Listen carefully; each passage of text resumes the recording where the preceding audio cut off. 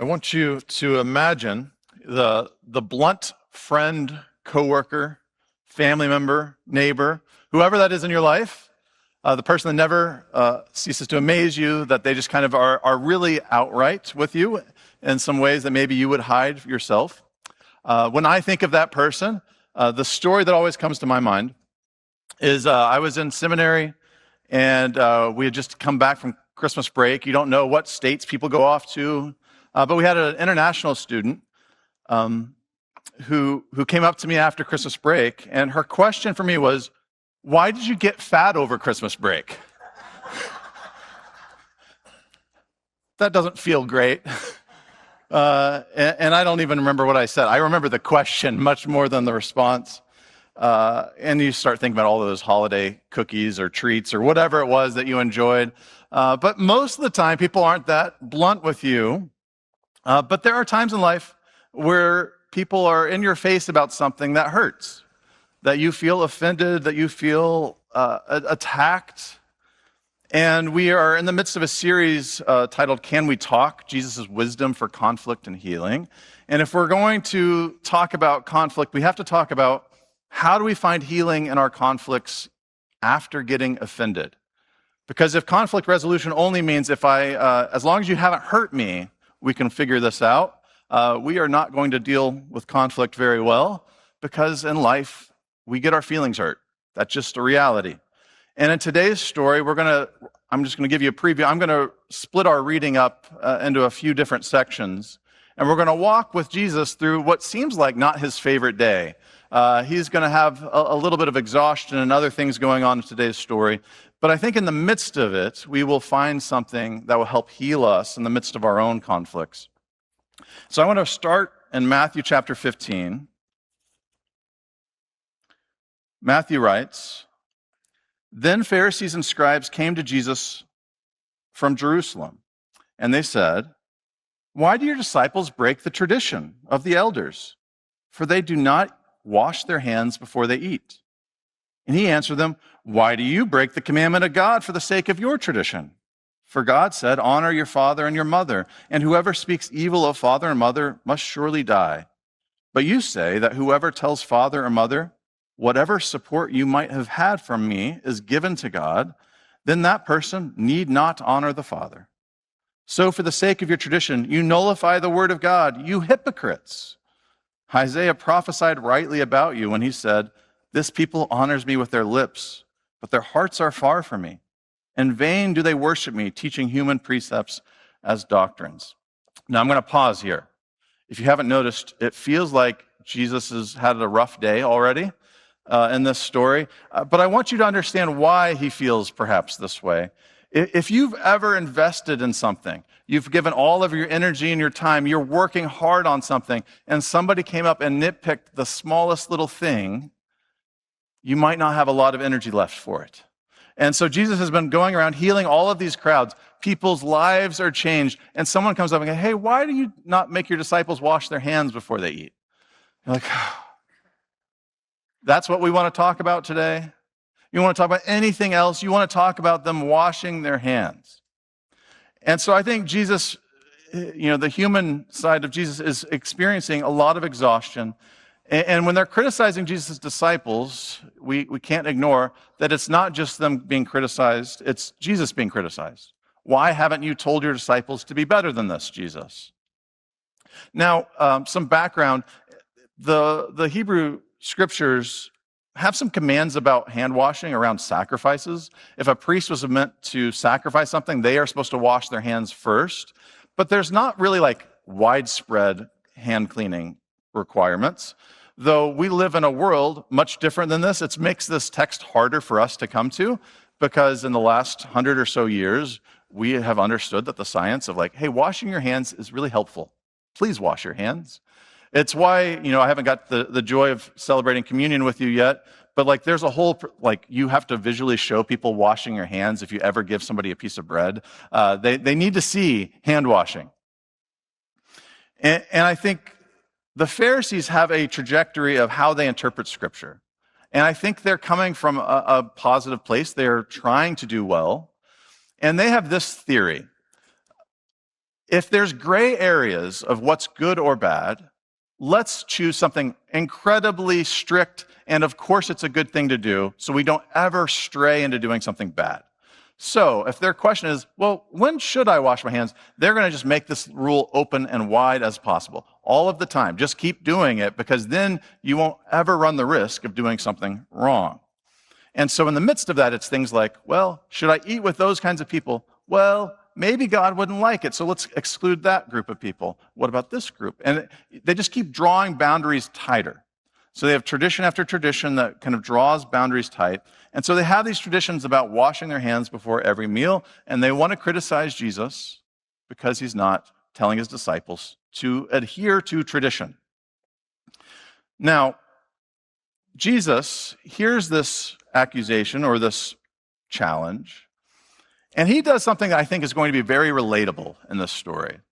Have you ever been nitpicked and then you escalated the conversation?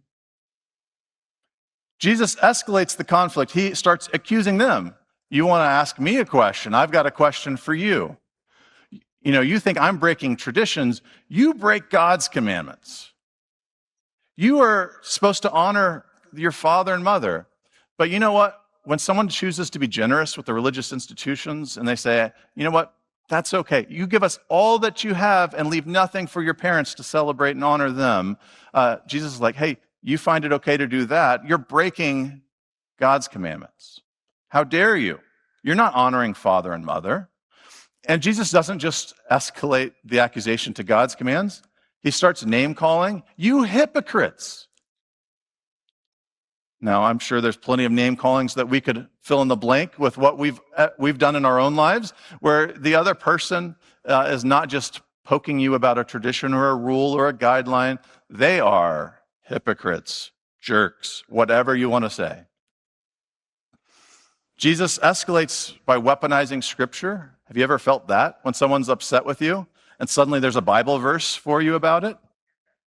And Jesus says, you are who they were talking about when Isaiah prophesied, this people honors me with their lips, but their hearts are far away. In vain they worship, teaching human precepts as doctrines. Jesus seems pretty exhausted by the Pharisees at this point in the story. And so in the midst of this cycle of conflict, and it's kind of growing and escalating, Matthew's going to give us a little bit more. And so in verse 10, Matthew tells us that Jesus calls the crowd to him, and he says, listen and understand. It's not what goes into the mouth that defiles a person, but it's what comes out of the mouth that defiles. And then the disciples approached him and said to him, do you know that the Pharisees took offense when they heard what you said?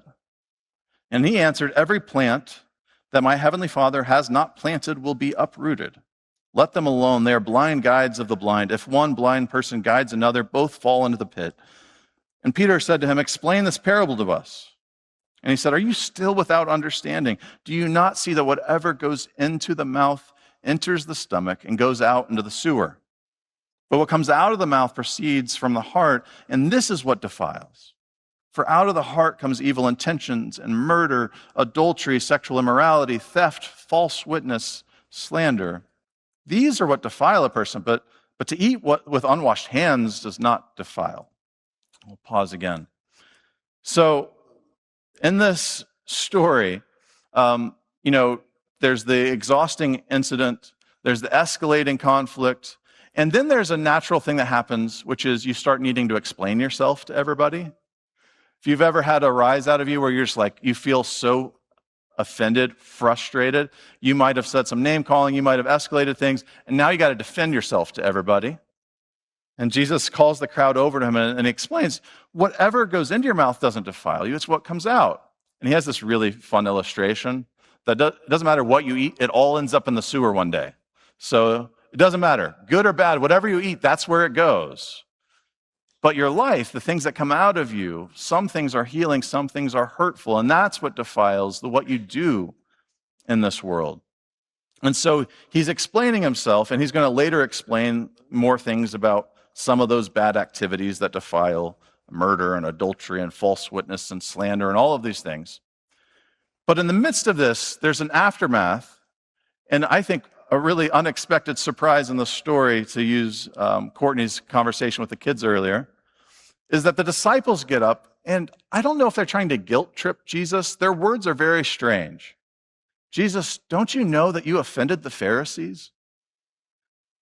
Look who's defending the Pharisees today. The disciples. And what was it the Pharisees were mad to begin with? That the disciples were acting in a way that they didn't like. So the Pharisees come critiquing the disciples, and the disciples come back to Jesus like, hey, you might have been a little too harsh with the Pharisees. Don't you realize that they're not even here? They left the room because you offended them so much. And Jesus' response to them is, so be it. Let it be. And it's kind of like a humorous image. Let them go. If you want to chase after them in their anger and their frustration as they walk away, you will be guided into a pit. If you go run after them right now, you will fall too. Let it be. Let it go. And it's in the midst of this that Matthew's going to take us into another scene, but I don't think we should just, close the book, walk away. The next story feels like it is building off of this one. And so this is the culmination of our text today. In verse 21, Jesus left that place and he went away to the district of Tyre and Sidon. And just then a Canaanite woman from that region came out and started shouting, have mercy on me, Lord, Son of David. My daughter is tormented by a demon. But he didn't answer her at all. And his disciples came to him and urged him, saying, send her away, for she keeps shouting after us. And he answered, I was sent only to the lost sheep of the house of Israel. But she came and she knelt before him, saying, Lord, help me. And he answered, it is not fair to take the children's food and throw it to the dogs. And she said, yes, Lord. Yet even the dogs eat the crumbs that fall from their master's table. And then Jesus answered her, woman, great is your faith. Let it be done for you as you wish. And her daughter was healed from that moment. I think this story is a story of Jesus, as your temperature rises, as your blood is kind of boiling inside, and you're frustrated, and all of that conflict is built up, and there's this aftermath you're dealing with. Sometimes you need a break, and you got to get away. And Jesus withdraws out of the region altogether. He's gone to another province. He's in the region of Tyre and Sidon. He's with kind of the outsiders, the people Pharisees would have labeled as defiled, unclean, terrible, no good people. And Jesus is walking around in that place, perhaps trying to cool off. And Jesus never gets the luxury of good space in our biblical tradition. There's always more requests, more needs. And Matthew says something very peculiar. He says, a Canaanite woman approaches.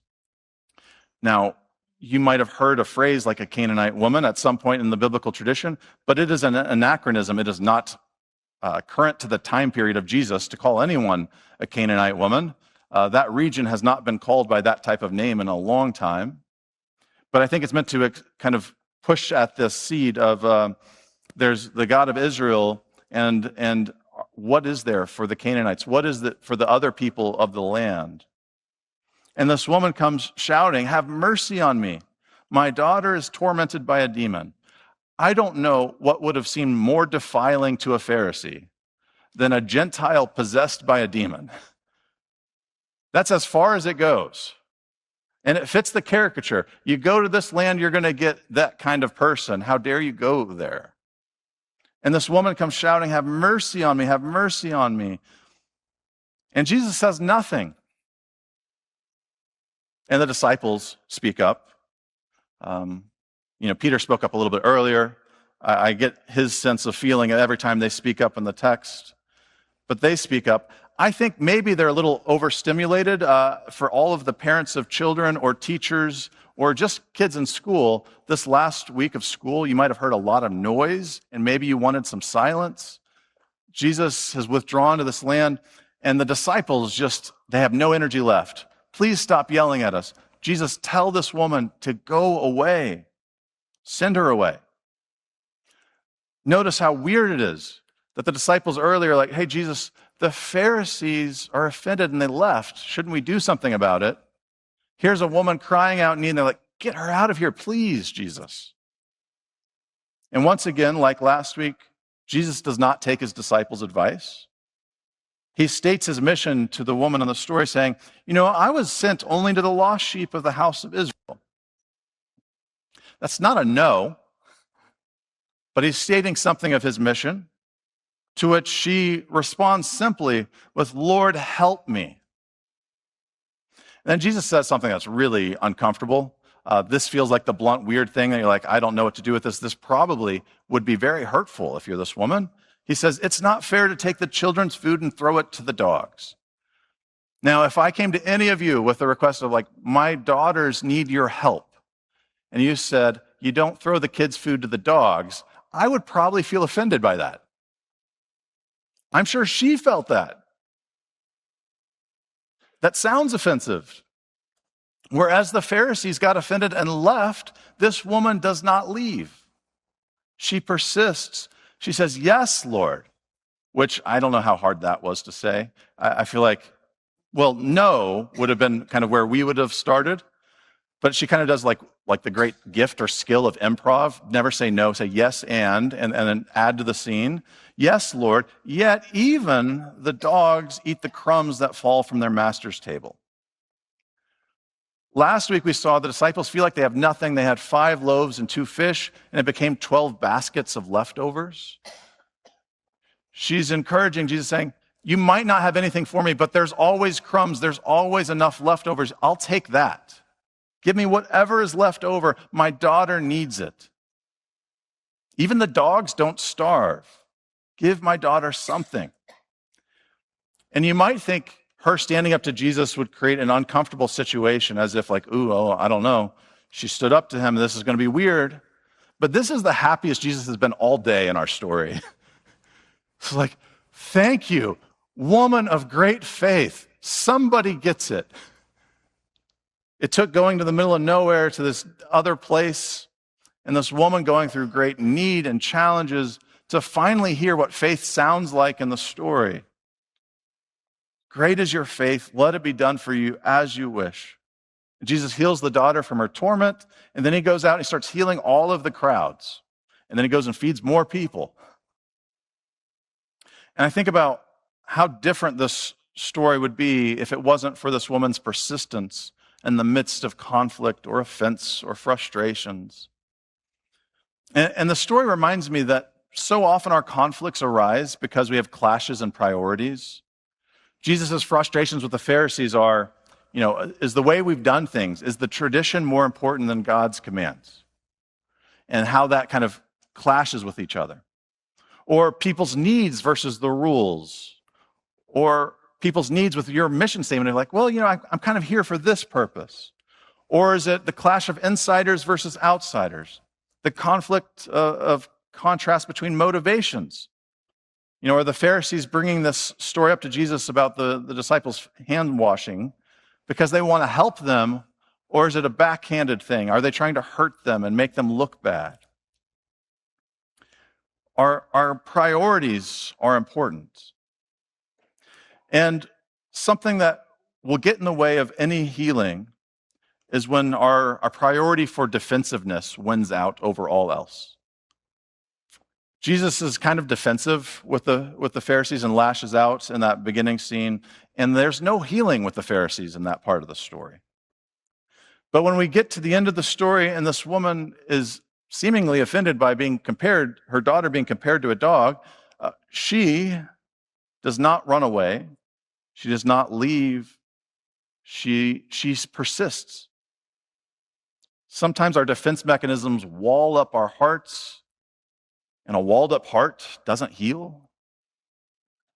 And I think about healthy conflict remains open to correction, remains open to new possibilities, to change. And Jesus is excited that this woman doesn't wall herself off, but pushes back, that she deserves something as well. Can we stay in difficult conversations long enough to grow, to heal, to change? Now, I don't know who you need to hear from in this text, because there's a lot of different perspectives in this story. Maybe you identify with Jesus today and you're like, I feel exhausted. I feel like maybe I've lashed out a little bit more harshly than I should have. Maybe you're in here saying, I think I need a space for a breather, and I got to figure out how to give some space into my life. I've got to have some retreat time. I need to take some Sabbath rest. I got to breathe in, hold it, breathe out. Who has been pushed into such a defensive posture that you just need some space to breathe today? But perhaps you're in a different place, and the Pharisees might be relevant to your story. Maybe you feel like you're conflict avoidant. You disappeared from something that maybe I disappeared from it too quickly. When did I leave too soon from something that felt uncomfortable? That maybe there was something there that needed healing that running away doesn't heal. Maybe you feel like the disciples today. When do you find yourself defending the wrong person? You're like, I've kind of put my heels in the ground and I want to make sure one person's perspective is heard over and over. And maybe I need to hear it from a different perspective. Maybe I need to hear it from a different person's vantage point. Maybe someone that I thought was a nuisance, I needed to listen to. Or maybe you feel like you identify with a woman today, that you feel like you have just endlessly voiced your frustrations, your needs, what you feel is on your heart, and you feel like you have been ignored and overlooked. And who deserves in your life your persistent support? That there's someone that is worth fighting for, that like they are worthy of healing and good treatment. And the thing that I want to encourage us to reflect on this week is there a nuisance in my life that is actually an opportunity for healing? It's so much easier to try to eliminate all nuisances of life, to wall yourself off, to wash your hands of it. But what is it to keep your heart open, your eyes open, your ears open, to where there's opportunities for the Lord to heal some things in our lives, even in the nuisances of our lives? I don't know about you, I would choose a life with no nuisances. Since we were not given that, what do we do with the nuisances that come our way? As you reflect on that, in just a moment, we're going to sing again.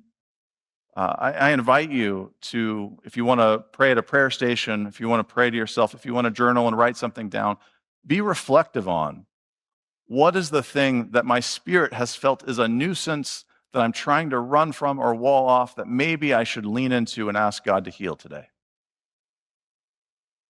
Because there's always room for more than we expect. What it feels like is possible. God can always do more than that.